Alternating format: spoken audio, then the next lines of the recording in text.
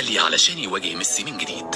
حلم جماهير العالم وجمهور الأهلي شكله هيتحقق، وده بعد ما خرج كلام عن طلب رونالدو مواجهة ميسي في كأس العالم. وحظ الأهلي إنه هيكون في افتتاح البطولة. إزاي رونالدو هينضم للأهلي؟ وهل يتدخل تركي آل الشيخ؟ تعالوا نشوف.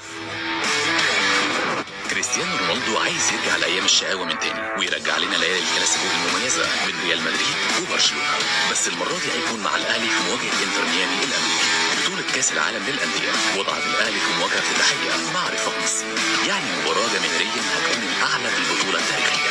علشان يطلب رونالدو الحضور ومواجهه ميسي علشان ياكد على فكره افضليته على الميركاتو بعد سنوات من المنافسه التاريخيه بين الثنائي خلال حقبه ريال مدريد وبرشلونه.